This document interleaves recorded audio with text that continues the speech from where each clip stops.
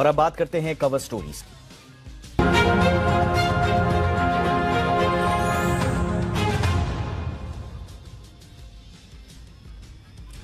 दिल्ली के छावला गैंगरेप और murder case में सुप्रीम कोर्ट ने दोषियों को बरी कर दिया है। सुप्रीम कोर्ट ने 10 साल बाद सोमवार को तीनों दोषियों को रिहा कर दिया, जबकि हाईकोर्ट और निचली अदालत ने इन्हें फांसी की सजा सुनाई थी। जिस केस में सुप्रीम कोर्ट ने दोषियों को बरी किया, यह पूरा मामला दरअसल 2012 का है। दिल्ली के छावला इलाके से 9 फरवरी 2012 को उत्तराखंड की 19 साल की लड़की का अपहरण किया गया था। अपहरण करने के बाद उसका गैंगरेप हुआ और फिर उसकी निर्मम और जघन्य हत्या कर दी गई। पीड़िता का शव 5 दिन बाद 14 फरवरी को हरियाणा के रेवाड़ी में एक खेत में मिला और ये क्षत विक्षत हालत में था। उसके शरीर पर चोट के कई निशान थे। ये चोटें कार के औजार और दूसरी चीजों से हमले के कारण आई थी। लड़की से गैंगरेप के बाद उसके शरीर को सिगरेट और गर्म लोहे से दागा भी गया था। चेहरे और आंखों पर तेजाब डाला गया था। पीड़िता मूल रूप से उत्तराखंड के पौड़ी गढ़वाल की रहने वाली थी और दिल्ली में वो छावला इलाके में रहती थी। इस पूरे मामले में दुनिया के सामने इस जघन्य हत्याकांड की जब कहानी सामने आई तो हर किसी का दिल दहल गया। मामले में दिल्ली के नजफगढ़ में केस दर्ज हुआ। इस केस में रवि कुमार, राहुल और विनोद नाम के 3 शख्सों को आरोपी बनाया गया। करीब 2 साल बाद यानी कि 2014 में निचली अदालत ने तीनों आरोपियों को दोषी पाया। उन्हें फांसी की सजा दी गई। 2014 में ही अगस्त में हाईकोर्ट ने भी फांसी की सजा को बरकरार रखा। हाईकोर्ट ने दोषियों को सड़कों पर घूमने वाले हिंसक जानवर कहा, जो हर वक्त शिकार की तलाश में रहते हैं। इतनी तल्ख टिप्पणी करी और कहा कि इनसे हर हाल में समाज को बचाने की जरूरत है। लेकिन हाईकोर्ट के फैसले के बाद दोषियों ने इसके खिलाफ सुप्रीम कोर्ट में अपील दायर की। दिल्ली पुलिस ने सजा कम किए जाने का विरोध किया। दिल्ली पुलिस ने कहा कि यह अपराध केवल पीड़िता के खिलाफ नहीं है, बल्कि यह समाज के खिलाफ अधिकार है। दिल्ली पुलिस ने कहा कि हम दोषियों को किसी भी तरह की राहत दिए जाने के खिलाफ हैं, लेकिन इन सब दलीलों के बावजूद सुप्रीम कोर्ट में जजों के पैनल ने तीनों दोषियों को बरी कर दिया। और जब से यह फैसला आया है, तब से पीड़िता के परिजन टूट गए हैं। समाज में जबरदस्त नाराजगी है। माता पिता ने सुप्रीम कोर्ट के फैसले पर नाराजगी जाहिर की है और कहा है कि हम 12 साल से संघर्ष कर रहे थे, हमारा संघर्ष नजरअंदाज क्यों हुआ। उन्होंने कहा कि सुप्रीम कोर्ट के फैसले से जो दोषी थे वो तो छूट गए, लेकिन जो पीड़ित थे यानी कि हमें सजा क्यों मिली। मैं हार गई, ये कहते हुए किरण नेगी की मां खुद को संभाल नहीं पा रही हैं। परिजनों को समझ नहीं आ रहा कि अब उनके लिए आगे की राह क्या है। आखिर वो इंसाफ के लिए कहां जाएं और क्या करें। और आइए इसीलिए आज हमने ये फैसला किया कि हम इस सुप्रीम कोर्ट से आए फैसले का विश्लेषण करने की कोशिश करेंगे, इसके कानूनी पक्षों को जरा समझने की कोशिश करते हैं। और इसके लिए हमारे साथ जुड़ गए हैं सुप्रीम कोर्ट में उत्तराखंड सरकार के deputy advocate general doctor Manoj Gorkela साहब जुड़ चुके हैं। डॉक्टर मनोज, बहुत बहुत स्वागत है सर आपका हमारे शो पर। और हमारे साथ सुप्रीम कोर्ट पे एडवोकेट आशुतोष श्रीवास्तव भी जुड़ चुके हैं। आशुतोष, आपका भी बहुत बहुत स्वागत है। डॉक्टर मनोज गोरकेला, संदेह का लाभ, जजमेंट में साफ ये शब्द लिखे हुए हैं। हम जानते हैं कि हमारे ऑनरेबल जजेस मॉरल कन्विक्शन या सस्पिशन के आधार पर फैसला नहीं लेते, वो मेरिट्स और in accordance with the law अपने फैसले सुनाते हैं। फिर भी संदेह का लाभ दिया गया है आरोपियों को। जहां तक मेरी समझ है ये क्लीन चिट नहीं है। तो क्या हम ये माने कि किरण के परिजनों के पास अभी आगे की कोई उम्मीद है सर? एक्चुअली इस केस में ये एक ऐसा केस है जो बहुत ही मेरे को 22 साल से मैं सुप्रीम कोर्ट में हूं। मेरी लाइफ में इस तरह के केसेस बहुत कम होते हैं जिसमें 365, 376, 376 2G, 302, 301, 34 और 377 जैसी धाराएं हों। और कुछ ही केस होते हैं, 1% केस ऐसे होते हैं जिसमें स्पेशल फास्ट ट्रैक कोर्ट होती है। और इस केस में special fast track court Dwarka में स्पेशल बनाई गई। सारे विटनेसेस हुए, सारे क्रॉस एग्जामिनेशन हुए और इतनी पूरी जद्दोजहद के बाद डिस्ट्रिक्ट कोर्ट ने जजमेंट पास किया। और ये जजमेंट जब डिस्ट्रिक्ट कोर्ट ने पास किया और बहुत फास्ट वर्क हुआ। 9 फरवरी 2012 को ये एफआईआर हुई और 26/5/2012 को इस पर चार्जशीट फाइल हुई और डिस्ट्रिक्ट कोर्ट ने 19/12/2014 को 2 साल के अंदर फास्ट ट्रैक में इसका जजमेंट आया। हाईकोर्ट ने जजमेंट इमीडिएटली 6 महीने बाद हाईकोर्ट ने जजमेंट दिया 26/8/2014 को। अभी सुप्रीम कोर्ट में जो जजमेंट आया, जब डिस्ट्रिक्ट कोर्ट का जजमेंट आया है, जब स्पेशल ट्रायल कोर्ट का जजमेंट आया है और हाई कोर्ट का, और मैं जजमेंट को पढ़ रहा था, मैं जजमेंट को पूरा पढ़ रहा था, इसमें जो चौथा नंबर पॉइंट है उसमें खास तौर से लिखा है to death for the offence punishable under section 302। और इतने सारे जघन अपराध में मैं बड़ा हैरान हूं किस तरह से सुप्रीम कोर्ट ने तीनों लोगों को एक्विटल कर दिया। अब बेनिफिट ऑफ डाउट का मतलब क्या है? क्या इन्वेस्टिगेशन में कमी थी? क्या इन्वेस्टिगेशन में जिन लोगों को हमने अरेस्ट किया, देखो मर्डर तो हुआ है, आंखें में तेजाब डाली गई है, बड़ा हॉरिबल और rare to rare murder case है। इंदिरा गांधी मर्डर केस में कहा गया था rare to rare murder case, बहुत बहुत कम केस होते हैं जिनमें rare to rare murder case बोला जाता है। Rare to rare murder case है, खौफनाक मर्डर केस है। ऐसे केसेस में क्या उन तीनों को इसलिए छोड़ा गया कि वो थे ही नहीं उसमें? ये बेनिफिट ऑफ डाउट था, इन्वेस्टिगेशन पार्ट था, ट्रायल पार्ट था। लेकिन जिस तरह का जो जजमेंट आया है, ये जजमेंट को, इसमें रिव्यू पिटिशन हम जो है पूरी कोशिश करेंगे कि इसमें रिव्यू पिटिशन फाइल हो। आर्टिकल 137 में रिव्यू पिटिशन फाइल होती है, उसके बाद क्यूरेटिव पिटिशन फाइल होती है, इसमें क्यूरेटिव पिटिशन फाइल हो, रिव्यू पिटिशन फाइल हो, और इनको जस्टिस मिलना चाहिए। हमारे पास दो ऑप्शन है और मैं पूरी कोशिश करूंगा उत्तराखंड का होने के नाते। जी जी, मैं आऊंगा सर इस पे। Yes sir. सर इसमें एक चीज ये कही जा रही है, क्योंकि जस्टिस यूयू ललित साहब जो हैं वो रिटायर हो चुके हैं और 3 जजेस की ये बेंच थी। अब रिव्यू पिटीशन अगर डाली जाएगी तो फिर क्या नए जज का इंतजार होगा या नए तरीके से बेंच बनाई जाएगी, क्या होगा? नहीं, इसका प्रोसीजर ये होता है जब भी कोई रिव्यू पिटीशन फाइल होती है, क्योंकि कल जो जस्टिस यू ललित सर का फेयरवेल में मैंने खुद अटेंड किया, बल्कि कल हमारा जो नए चीफ जस्टिस अपॉइंट हो रहे हैं जस्टिस चंद्रचूड़ सर, उनका वो कल अपॉइंट होंगे और कल बैठेंगे। और जैसे हम रिव्यू पिटीशन फाइल करेंगे कोर्ट में, उसके बाद ये चीफ जस्टिस, 2 जजेस ऑलरेडी रिटायर नहीं हुए हैं, वो 2 जज रिव्यू पिटीशन सेम कोर्ट में लगती है, वो 2 जज कई बार अलग कोर्ट में भी लग जाती है। एक रिव्यू पिटीशन में जस्टिस यू ललित और जस्टिस नागेश्वर राव थे, लेकिन दूसरी जब रिव्यू सुना गया आर्टिकल 137 में, तो कोई जज नहीं था, अलग रिव्यू पिटीशन बनी। तो चीफ जस्टिस जस्टिस चंद्रचूड़ 3 जजेस की बेंच कॉन्स्टिट्यूट करेंगे। वही जज भी हो सकते हैं, नहीं भी हो सकते हैं, और वो करेंगे, और मुझे भरोसा है कि हमें जस्टिस मिलेगा। यानी कि बिल्कुल, यानी कि रिव्यू पिटीशन का अभी एक ऑप्शन है, न्याय मिलने की आस अभी टूटी नहीं है। आशुतोष मेरे साथ हैं। आशुतोष, फैसला हमारे सामने है, दिल्ली की निर्भया केस, उसके बाद पूरा देश रोया, हम भी रोए, लेकिन ये केस तो उससे पहले का है, उससे ज्यादा नहीं तो कम घिनौना भी नहीं है। निचली अदालतों ने इसे हिंसक कहा ये वो हिंसक जानवर हैं जो सड़कों पर शिकार ढूंढते हैं। ऐसी खबर भी है कि आरोपियों ने खुद फांसी की सजा के बाद रिहाई की अपील नहीं की थी। उस वक्त उन्होंने कोर्ट में खड़े होकर कहा कि उम्र कैद दे दो हमें, आप उम्र कैद में हमारी सजा को तब्दील कर दो। फैसले की कॉपी है, मैं पढ़ रहा था, इसमें पेज नंबर 9 में जो पैरा 12 है उसमें एक एक सबूत बताए गए हैं। लेकिन ऐसा क्या हुआ कि ये सुप्रीम कोर्ट में ये सबूत टिक नहीं पाए? ऐसा क्या हुआ कि आरोपियों को बरी करने के सिवा और कोई जजेस के पास विकल्प नहीं बचा? देखिए, सबसे पहले तो मैं ये बताऊं कि इसमें कोई डाउट नहीं है कि ये बहुत ही दर्दनाक हादसा है और ये बहुत ही बुरा हुआ है और ये बहुत हीनस क्राइम है। इसके ऊपर कहीं किसी को कोई संदेह नहीं है, किसी को कोई डाउट नहीं है हमारे देश में। अब रहा बात कि सुप्रीम कोर्ट में जब ये मैटर गया तो क्या हुआ, और जैसे आपने कुछ फाइंडिंग बताई कि क्या क्या मिला है, उसके बारे में आपने पैरा पढ़ा, लेकिन अगर आप ध्यान से और आगे अगर फाइंडिंग्स पढ़ेंगे सुप्रीम कोर्ट के, तो आप बहुत ही क्लियर समझ जाएंगे कि सुप्रीम कोर्ट ने ऐसा फैसला क्यों किया।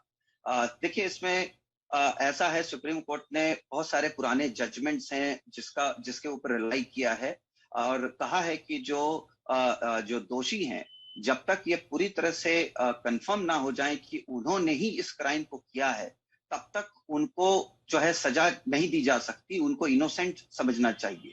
अब हमारे इस पर्टिकुलर केस में हालांकि ट्रायल कोर्ट ने इस पे जो भी है पूरी सुनवाई करी, पूरा ट्रायल किया और उसके बाद इस नतीजे पे पहुंचा कि दोषियों का कन्फेशन भी तो है आशुतोष जी। दोषियों का कन्फेशन है। नहीं, देखिए, दोषियों का कन्फेशन जो है वो एक ऐसा प्रोसेस है जिसमें कहा जाता है कि उनके कन्फेशन को नहीं माना जा सकता है अगर वो ट्रायल में एक बार जा चुके हैं। क्योंकि वो एक अंडर प्रेशर होते हैं, पुलिस कस्टडी में होते हैं। बहुत बार जो है उनसे स्टेटमेंट जो है अपने हिसाब से बना करके उनसे सिग्नेचर ले लिया जाता है, और ये बहुत कॉमन है। अगर कोई आदमी अरेस्टेड है तो उस वक्त वो पुलिस के साथ कोई बहस नहीं कर सकता कि ये मैंने स्टेटमेंट नहीं दिया या मैं ऐसा नहीं कहना चाहता हूं। वो अपने हैंडराइटिंग में भी उसको नहीं लिखता है। उसको जो इन्वेस्टिगेटिंग एजेंसी होती है वो अपने हिसाब से उससे पूछताछ करके एक रिपोर्ट बनाती है, एक स्टेटमेंट तैयार करती है जिसके ऊपर उसका सिग्नेचर लेती है। तो ऐसे मामलों में उसका जो स्टेटमेंट है उसको एडमिसिबल नहीं माना जाता है बहुत सारे केसेस में। और ये देखा जाता है कि जो बाकी विटनेसेस बोल रहे हैं और जो हमारे पास एविडेंस कलेक्ट होकर के आए हैं वो क्या कहते हैं। अब जैसे मैं अगर इस केस की जजमेंट में भी कहा है कि क्रॉस, जिस जजमेंट में साफ साफ लिखा हुआ है कि क्रॉस एग्जामिनेशन नहीं किया गया, वो एक पार्ट है। क्योंकि उसमें 49 विटनेसेस थे जिसमें 10 जो है बहुत क्रूशियल विटनेसेस थे जिसको क्रॉस एग्जामिन नहीं किया गया, जिनसे क्रॉस करके पूछताछ नहीं की गई। और अगर हम और भी अगर बात करें, जैसे कि जो डेड बॉडी जब जहां पे मिली वहां पे एक एक्यूज्ड का जो है पैन कार्ड या उसके एटीएम कार्ड ऐसे बहुत सारी चीज बरामद हुई है। लेकिन अगर हम उसी एक्यूज्ड का पुराना स्टेटमेंट देखें तो जिसमें उसने साफ कहा था कि जब उसको अरेस्ट किया गया था तभी जो है उससे सारी चीजें जो है पुलिस ने ऑलरेडी पहले रिकवर कर ली थी। तो ये रिकवर्ड जो चीजें जो पुलिस ने ऑलरेडी की थी उससे इन पर्सन की थी, वो फिर वहां कैसे मिल सकता है? तो ये कोराबोरेट नहीं कर रहा है। उसके बाद जैसे जो बिल्कुल इसी तरह के लूप होल्स, जी जी बिल्कुल बिल्कुल आशुतोष जी, इसी तरह के लूप होल्स बिल्कुल। देखिए जब डीएनए रिपोर्ट आया, डीएनए किया गया, वो जो रेड इंडिका कार है उसका भी रिपोर्ट जब मंगाया गया तो जो रिपोर्ट आई वो कोराबोरेट नहीं कर पाया, वो कंफर्म नहीं कर पाया कि ये इंसिडेंस जो है बिल्कुल इन्हीं 3 लोगों ने किया है। ऑलराइट सजा मिलनी चाहिए। डॉक्टर मनोज कुछ कहना चाह रहे हैं, आशुतोष जी, डॉक्टर मनोज कुछ कहना चाह रहे हैं। जी डॉक्टर मनोज। मैं खास तौर से ये कहना चाह रहा हूं कि डिस्ट्रिक्ट कोर्ट ने पूरा ट्रायल किया और डिस्ट्रिक्ट कोर्ट ने पनिशमेंट दे दिया। डिस्ट्रिक्ट कोर्ट एक ऐसी कोर्ट है जो सारा ट्रायल करती है और आई विटनेस होते हैं डिस्ट्रिक्ट जज जो सारे कैदियों को देखते हैं, सारे व्यक्ति को देते हैं।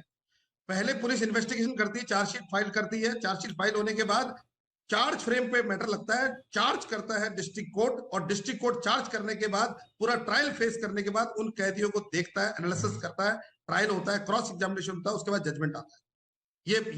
ये प्रोसेस होता है और उसके बाद हाई कोर्ट जजमेंट देती है और सुप्रीम कोर्ट जो जजमेंट देती है, ये जजमेंट सुप्रीम कोर्ट ने दिया है और उसके बाद अगर रिव्यू पिटीशन में सुप्रीम कोर्ट अगर चेंज कर दे अपना व्यू तो हम क्या बोलेंगे? हम ट्रायल क्या जो एग्जामिनेशन है, हर किसी का अपना अपना इंटरप्रिटेशन है एग्जामिनेशन लेने का, क्रॉस एग्जामिनेशन लेने का।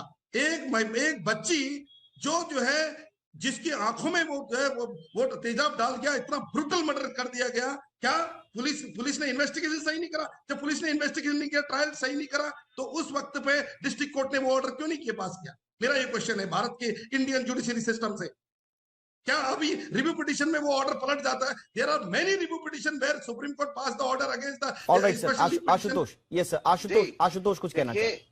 देखिए मेरे मित्र ये कहना चाहते हैं कि अगर किसी कोर्ट ने किसी को निर्दोष करार कर दिया या दोषी करार कर दिया तो क्या वो अपील में जाकर के, तो फिर तो अपील का सिस्टम ही बंद कर देना चाहिए मेरे मित्र के द्वारा। मतलब वो तुमको उनका तो ये कहना है कि जो ऊपर की जो अपीलेट कोर्ट है, एक मिनट मेरी पूरी बात सुन लीजिए सर, एक मिनट मेरी पूरी बात सुन ऑप्शन है अभी हमारे नहीं। हाँ तो आप कीजिए ना रिव्यू के लिए आपके पास पूरे राइट्स हैं, आपके पास पूरा पावर है, हम रिव्यू पिटीशन फाइल करेंगे। हाँ रिव्यू जब आप फाइल करेंगे उसका जब ऑर्डर आएगा, और रिव्यू भी 2 ही कंडीशन में फाइल किया जा सकता है, या तो डिस्कवरी ऑफ न्यू एविडेंस हो या नहीं तो कुछ ऐसी एविडेंस जो ऑलरेडी ऑन रिकॉर्ड थी। एविडेंस भी है। देखो आशुतोष जी देखिए ये इसका फैसले का हम लोग यहाँ पर जो विश्लेषण कर रहे हैं, एक मिनट मैं दोनों से गुजारिश करूंगा। एब्सोल्युटली देखिए हम फैसले का जो विश्लेषण कर रहे हैं, देखिए मैं क्षमा चाहूंगा दोनों से। देखिए हम जो फैसले का विश्लेषण कर रहे हैं वो हम इस दिशा में कर रहे हैं कि जो परिजन हैं जिनका अभी ये कहना है कि उनको भी न्याय नहीं मिला है, उनके पास अब आगे जाने के ऑप्शंस क्या हैं। स्वाभाविक रूप से जब रिव्यू पिटीशन फाइल होगी, जैसा डॉक्टर मनोज कह रहे हैं, रिव्यू पिटीशन जब फाइल होगी उस पर दोबारा से दलीलें रखी जाएंगी और उस वक्त जो ऑब्जर्वेशंस आएंगे ऑनरेबल कोर्ट के सामने उस पर उस तरह का फैसला होगा। और आशुतोष जिस तरह से कह रहे हैं कि जो एविडेंस मौजूदा परिस्थितियों में जो फैसला दिया गया है वो उसके आधार ये रहे, मुझे लगता है कि एक बार फिर से रिव्यू पिटीशन का चूंकि अधिकार है, जब कोर्ट के पास आएगा तो फिर दूध का दूध पानी का पानी होना चाहिए। लेकिन बड़ी बात यह है कि अभी मौका है। लेकिन डॉक्टर मनोज, देखिए मैं कुछ लोगों से बातचीत कर रहा था, उनका यह कहना था कि पैरवी उतने प्रभावी ढंग से हो नहीं पाई, या शायद ये मामला एक गरीब गार्ड के वर्सेस इस बात को मानता हूं, दूसरा सिस्टम इस बात को मानता हूं। एक गरीब गार्ड के पास बड़े बड़े वकील करने के पैसे नहीं होते हैं सर। फ्री लीगल एड से वकील मिला था इस केस में, है ना? उन्होंने बहुत अच्छे से किया होगा अपनी तरफ से, मैं उस पर नहीं जा रहा हूं। बट सर, आप तो उत्तराखंड सरकार के डिप्टी एडवोकेट जनरल हैं, आप बड़े कानून के जानकार हैं, मैं कुछ उम्मीद करूं आपसे इस केस में आगे? एक मैं ये कहना चाह रहा हूं कि ये मामला उत्तराखंड में रजिस्टर्ड नहीं है, ये मामला दिल्ली सरकार का मामला है, क्योंकि दिल्ली में एफआईआर हुई है। दिल्ली के इस केस में मैं आर्गू कर सकता था। इस केस में अगर मुझे इंगेज किया जाता तो मैं अपना वकालतनामा फाइल गोरखेलाल ऑफिस की तरफ से फाइल कर सकता था। बट एक पॉइंट आपकी मैं बताना चाहता हूं, ये 7/11/2022 का ऑर्डर है। इस ऑर्डर में अगर आप देखो, पिटिशनर के side Sonia Mathur senior advocate appear हुई हैं, और senior advocate Sirajuddin senior advocate appear हुए हैं, इतने सारे लॉयर अपीयर हुए हैं। अगर हम दूसरी साइड से देखें तो एडिशनल सॉलिसिटर जनरल अपीयर हुई है स्टेट की तरफ से। और रही बात जो विक्टिम है, ये उत्तराखंड के प्रत्येक व्यक्ति के लिए बहुत बड़ा दुर्भाग्य का दिन है कि हम लोग किसी सीनियर काउंसिल को एंगेज नहीं कर पाए इसमें। हम लोग टॉप उस महिला की तरफ से एक भी सीनियर काउंसिल अपीयर नहीं हुई है सुप्रीम कोर्ट में। मैं ऑर्डर की शीट, ये लिस्ट देख रहा हूँ। आशुतोष कुछ कहना चाहेंगे क्या?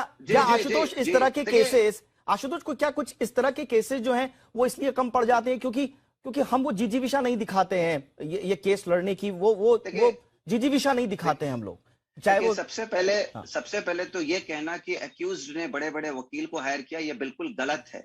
उन्होंने बिल्कुल फ्री सर्विस जो है लिया है। सुप्रीम कोर्ट में जो हमारा फोरम होता है, जो फ्री सर्विस प्रोवाइड करते हैं, उन्हीं लॉयर्स ने इस केस को चलाया है।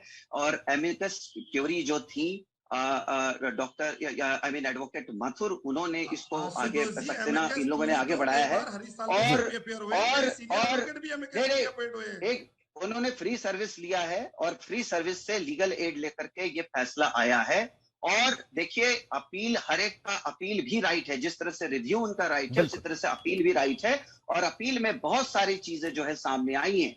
और यहाँ तक कि जो फोटोग्राफर है जिसने फोटोज लिया था, उसके भी अगर हम स्टेटमेंट को देखें, उसने भी ऐसा कोई स्टेटमेंट नहीं दिया कि वहां पे ये सारी चीजें बरामद की गई, ये सारी चीजें मिली हैं। और सुप्रीम कोर्ट ने बहुत ही बारीकी से, अगर कोई भी उस ऑर्डर को पढ़ता है ध्यान से, तो उसमें सुप्रीम कोर्ट ने बहुत बारीकी से हर छोटे छोटे पहलू को लेकर के सुप्रीम कोर्ट ने फैसला दिया है। देखिए, जिसने गलत किया है, जिसने क्राइम किया, उसको बिल्कुल सजा मिलनी चाहिए, कड़ी से कड़ी सजा मिलनी चाहिए। ऑलराइट सर, इसका मतलब ये नहीं है, बिल्कुल। देखिए, अब इस पूरे केस में हमें आगे देखना होगा कि इस पूरे केस में जब रिव्यू पिटीशन फाइल की जाएगी, और जैसा कि हमारे जो कानूनविद है उसमें अलग अलग पक्ष जो आज कोर्ट ने जिन आधार पर अपना फैसला सुनाया है वो भी हमारे सामने है, और आगे की राह किस तरह से प्रशस्त हो सकती है इस पूरे मामले में, वो पक्ष भी हमारे पास है। उम्मीद हम यही करते हैं, चाहे वो रिव्यू पिटीशन हो या उसके बाद और भी कानूनी राह हैं जो अख्तियार की जा सकती हैं। अंततो गत्वा न्याय मिले, क्योंकि न्याय नहीं मिला है परिजनों का इस वक्त यही कहना है, समाज का इस वक्त यही कहना है। बहुत बहुत शुक्रिया आप दोनों का वक्त निकाला आपने। Doctor Manoj, thank you so much. Ashutosh, बहुत बहुत शुक्रिया आपका इस पूरे मुद्दे पर बातचीत के लिए।